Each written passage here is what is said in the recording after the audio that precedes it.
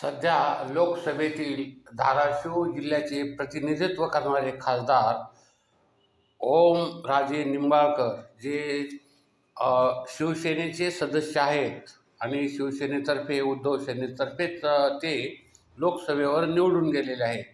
तर त्यांच्या वडिलांचा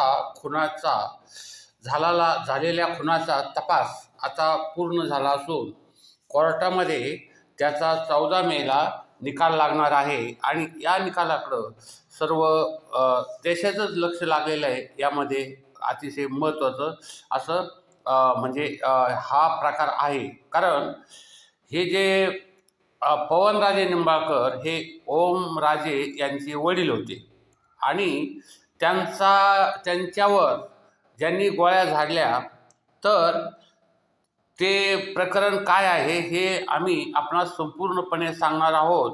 त्यासाठी आपण या चॅनलला सबस्क्राईब करा, हा पूर्णपणे व्हिडिओ बघा आणि म्हणजे हे मोठमोठे जे लोक आहेत यांच्यामध्ये कसं रंजित युद्ध सुरू असतं आणि हे सत्तेसाठी पैशासाठी एकमेकाचा जीव घ्यायलाही पुढं पाहत नाहीत असा यामधून काही संदेश आपल्याला मिळू शकतो. आता यामध्ये नेमकं झालं काय होतं तर एक लक्षात घ्या.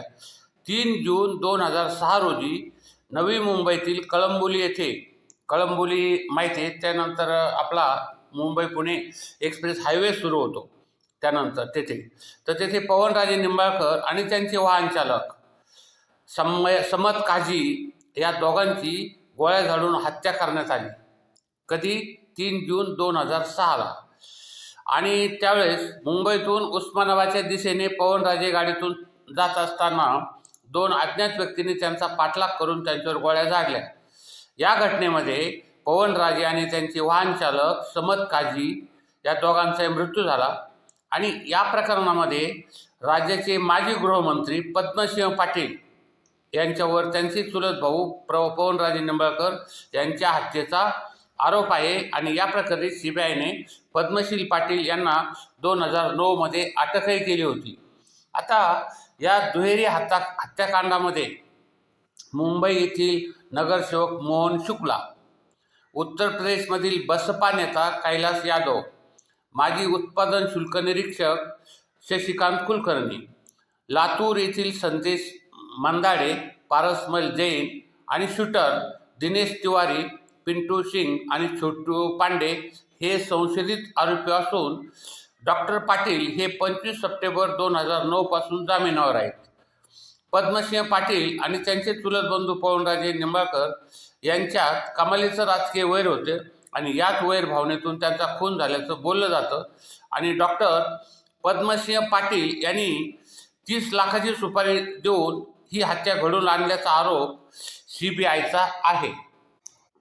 या प्रकरणी स्थानिक पोलिसांनी या हत्याकांडाचा तपास केला, परंतु पवनराजे निंबाळकर यांच्या पत्नीने आक्षेप नोंदवल्यानंतर या संपूर्ण प्रकरणाचा सीबीआयकडे हे प्रकरण सोपवण्यात आलं आणि सीबीआयने मग या डॉक्टर पाटील यांना एक अटक केलेली होती. आता या प्रकरणाचा निकाल 20 वर्षानंतर आता लागतोय.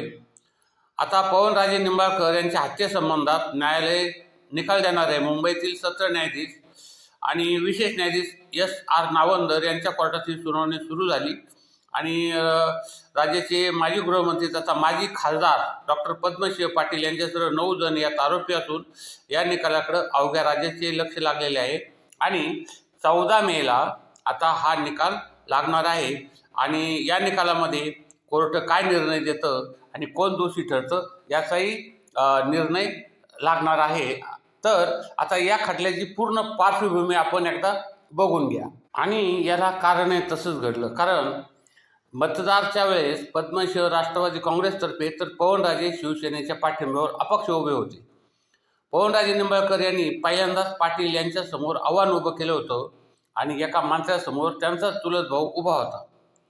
आता त्यामध्ये तेरणा साखर कारखान्यातील आर्थिक गैरव्यवहाराच्या आरोपानंतर पद्मसिंह पाटील आणि पवनराजे या दोघांमध्ये प्रचंड वैर निर्माण झालं.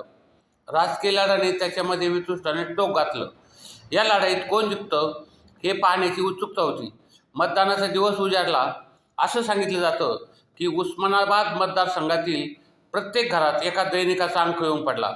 त्यामध्ये ठळक अक्षरात एक बातमी होती, पद्मश्री पाटील यांना पवनराजे निंबाळकरांचा पाठिंबा. आता या बातमीमध्ये प्रश्नचिन्ह होतं, पण या बातमीमुळे मतदारांमध्ये संभ्रम निर्माण झाला. डॉक्टर पाटील तेव्हा तेर इथं मतदान करण्यासाठी गेले होते. त्यांना पत्रकारांनी गाठलं तेव्हा असं काहीच नसल्याचं पाटलांनी स्पष्ट केलं. आणि निंबाळकर यांचे कार्यकर्ते मतदाराला संभ्रम दूर करण्यासाठी दिसेल त्या बसवर, रिक्षाच्या काचावर आणि कुठे याचा खुलासा करणारे संदेश लिहू लागले. पवनराजेंनी पद्मश्री पाटलाला पाठिंबा दिलेला नाही आणि तुम्ही पवनराजे निंबाळकर यांनाच मत द्या. आणि या बातमीची चर्चा अनेक दिवस रंगली होती. त्यानंतर ही निवडणूक अतिशय रंगतदार झाली. याआधी सलग 6 वेळा उस्मानाबाद मतदारसंघावर वर्चस्व राखून असलेल्या पद्मश्री पाटलांनी यावेळी विजय मिळवला. पण त्यांचा आतापर्यंतचा राजकीय प्रवास पाहिला तर हा विजय त्यांच्या राजकीय इतिहासाला साजेसा नव्हता. या निवडणुकीत डॉक्टर पद्मश्री पाटील केवळ अल्पमताने निवडून आले, पण आता त्यांना हा मोठा धक्काही बसला. आणि त्यामध्ये 2004च्या विधानसभा निवडणुकीत त्यांनी विजय मिळवला. यावेळी काँग्रेस आणि राष्ट्रवादी काँग्रेस यांचं सरकार होतं. यावेळी पद्मश्री पाटलांना मंत्रिपद देण्यात आलं नाही. पवनराजे यांनी पुढे काँग्रेसमध्ये प्रवेश केला. त्यांचं वेगळं राजकारण सुरू होतं. मात्र 3 जून 2006ला नवी मुंबईतील कळंबोली येथे त्यांची गोळ्या झाडून हत्या करण्यात आली. आणि पवनराजे मोटरतून जात असताना 2 अज्ञात व्यक्तींनी त्यांचा पाठलाग करून त्यांच्यावर गोळ्या झाडला. यात त्यांचे पवनराजे आणि त्यांचे वाहनचालक दोघांचाही मृत्यू झाला. यात सीबीआयने पद्मश्री पाटील यांना 2009मध्ये अटक केली होती. आता त्यांच्याकडं हे जे पद्मश्री पाटील होते यांचं आघाडी सरकारमध्ये त्यांच्याकडे जलसंपदा मंत्रालयाची जबाबदारी होती. जबाबदारी आल्यामुळं डॉक्टरांच्या कामाचा व्याप वाढला. त्यापेक्षा इथे मुंबईत जास्त रमले. पण मंत्रिपदाची जबाबदारी आल्यानंतर त्यांचा मतदारसंघातील संपर्क थोडाफार कमी झाला. तिथली जबाबदारी त्यांनी पवनराजे यांच्याकडे दिली होती, म्हणजे ही पूर्वीचं. त्यामुळं एखाद्याच्या लग्नाला, कार्यक्रमाला किंवा अंत्ययात्रेला पवनराजे पद्मश्री पाटलाचे प्रतिनिधी म्हणून जाऊ लागले. त्यामुळं तिथं पवनराजेचं प्रस्थ वाढू लागलं. इथपर्यंत बरोबर आहे. पण त्यानंतर एकंदरच ह्या 2 नेत्यामुळं हे जेव्हा पवनराजे विधानसभेला उभे राहिले त्यामुळं दोन्ही नेते एकमेकाला पाण्यात पाहू लागले. दोन्ही नेत्यामध्ये वितुष्ट आलं आणि अशा प्रकारे जवळचा माणूस दूर गेल्यानंतर कोणालाही व्यक्तीला खंत वाटणं साहजिकच आहे. पण याचा अर्थ त्यानेच खून केला असं होत नाही. त्याचा निर्णय न्यायालयात घेईल. आणि यामध्ये पवनराजे यांचा खून झाल्यानंतर महाराष्ट्राचं राजकारण ढवळून निघालं. मागच्या 14 वर्षात उस्मानाबादचं राजकारण पूर्ण बदललं. तेरणा साखर कारखाने आता बंद पडला. पवनराजे यांचे चिरंजीव ओमराजे यांनी विधानसभेत राणा जगजित सिंग आणि 2019च्या लोकसभेत पद्मश्री पाटील यांचा पराभव केला. आता यामध्ये संशयाची सुई पद्मश्री पाटील यांच्यावर होती. पण सुरुवातीला महाराष्ट्र पोलिसांकडे हे प्रकरण होतं. पण निंबाळकर कुटुंबियांनी हत्येची सीबीआयची मागणी लावून धरली आणि 2 वर्षानंतर तपासाची चक्र सीबीआयकडं देण्यात आली. म्हणजे त्यानंतर आणि मग सीबीआयच्या आरोपपत्रात पवनराजेचा आपल्या राजकीय भविष्याला धोका असल्याचं पद्मश्री पाटील यांना वाटत होतं. म्हणून त्यांनी पवनराजेच्या खुनाचा कट रचला. यासाठी त्यांनी 30 लाखाची सुपारी दिलं असं या आरोपपत्रात म्हटलेलं आहे. पण पद्मश्रींना खोट्या गुन्ह्यात अडकवण्याचा प्रयत्न करण्यात आल्याचं त्यांचे वकील भूषण महाडिक यांनी सांगितलं. आता भूषण महाडिक काय सांगतात, पद्मश्री पाटील यांनी पवनराजे यांना राजकारणात आणलं, त्यांना मोठं केलं. पद्मश्री पाटील यांनी आपल्या सख्या भावापेक्षा त्यांचं जास्त चुलत भाऊ असणाऱ्या पवनराजेंना प्रेम दिलं. त्यामुळे ते त्यांच्या खुनाचा विचारही करू शकत नाही.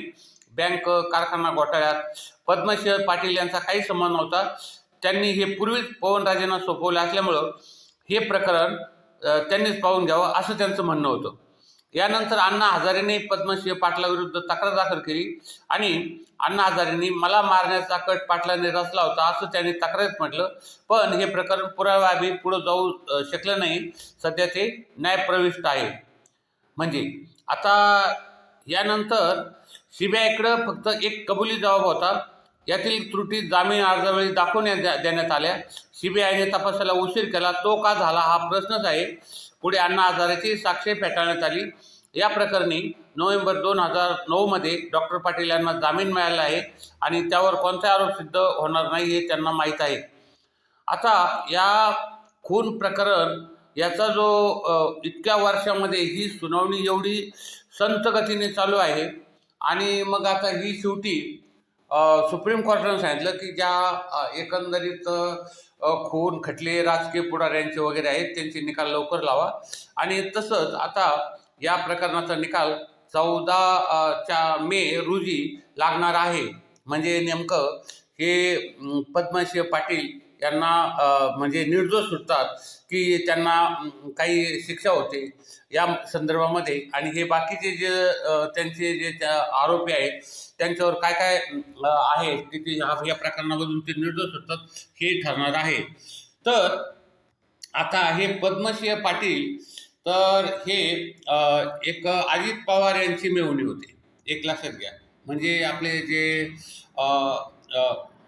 उपमुख्यमंत्री आहेत सुनेत्रा ताई त्यांचे ते सख्खे बंधू आहेत. त्यामुळं आता या प्रकरणाला संपूर्णपणे राजकीय वळण तर लागलेलंच आहे, परंतु या निकालाकडं संपूर्ण देशाचं म्हणजे लक्ष लागलेलं आहे. आमचं ATM न्यूज वर्ल्ड चॅनल संपूर्ण महाराष्ट्रात लाखोच्या संख्येत लोक बघत असतात. आपण या चॅनलला जास्त शेअर लाईक सबस्क्राईब करून कॉमेंटही करा आणि एक घंटीचं बटन दाबून सबस्क्राईब करा. धन्यवाद.